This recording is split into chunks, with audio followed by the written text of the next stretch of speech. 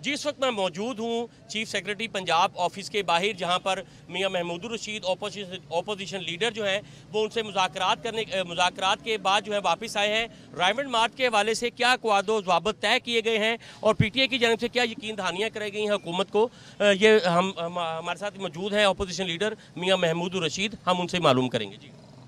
देखिए, हमें कल से ये मुख्तलिफ इतलात आ रही थी डिस्ट्रिक्ट के अंदर से कि ट्रांसपोर्टर्स को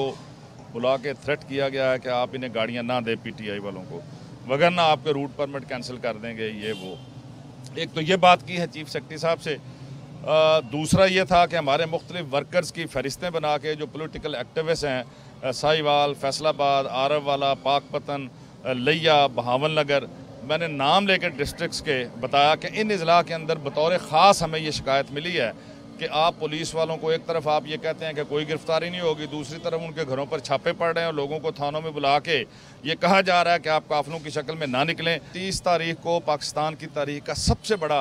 एहतजाजी मार्च यहाँ होने जा रहा है और हमारा जो मुतालबा है वो पूरी कौम का मुतालबा है, तमाम सियासी जमातों का मुतालबा है कि पनामा लीक्स की शक्ल में जो लीक्स हुई हैं उसकी तहकीकात शुरू की जाएँ। जी, जैसा कि गुफ्तगू सुनी आपने ओपोजिशन लीडर पाकिस्तान तहरीक इंसाफ के महमूदुर रशीद, उनका ये कहना है कि जब तक पनामा लीक्स के हवाले से कोई हुकूमत मुस्बत जवाब नहीं देती और उसके एक तहकीकात शुरू नहीं होती, तब तक इमरान खान और पाकिस्तान तहरीक इंसाफ जो है वो सड़कों पर रहेगी और उस वक्त तक सड़कों पर रहेगी जब तक मियां मोहम्मद नवाज शरीफ जो पाकिस्तान के वज़ीर आज़म हैं उनके खिलाफ पनामा लीक्स के हवाले से तहकीकात का आगाज़ नहीं कर दिया जाता। जी।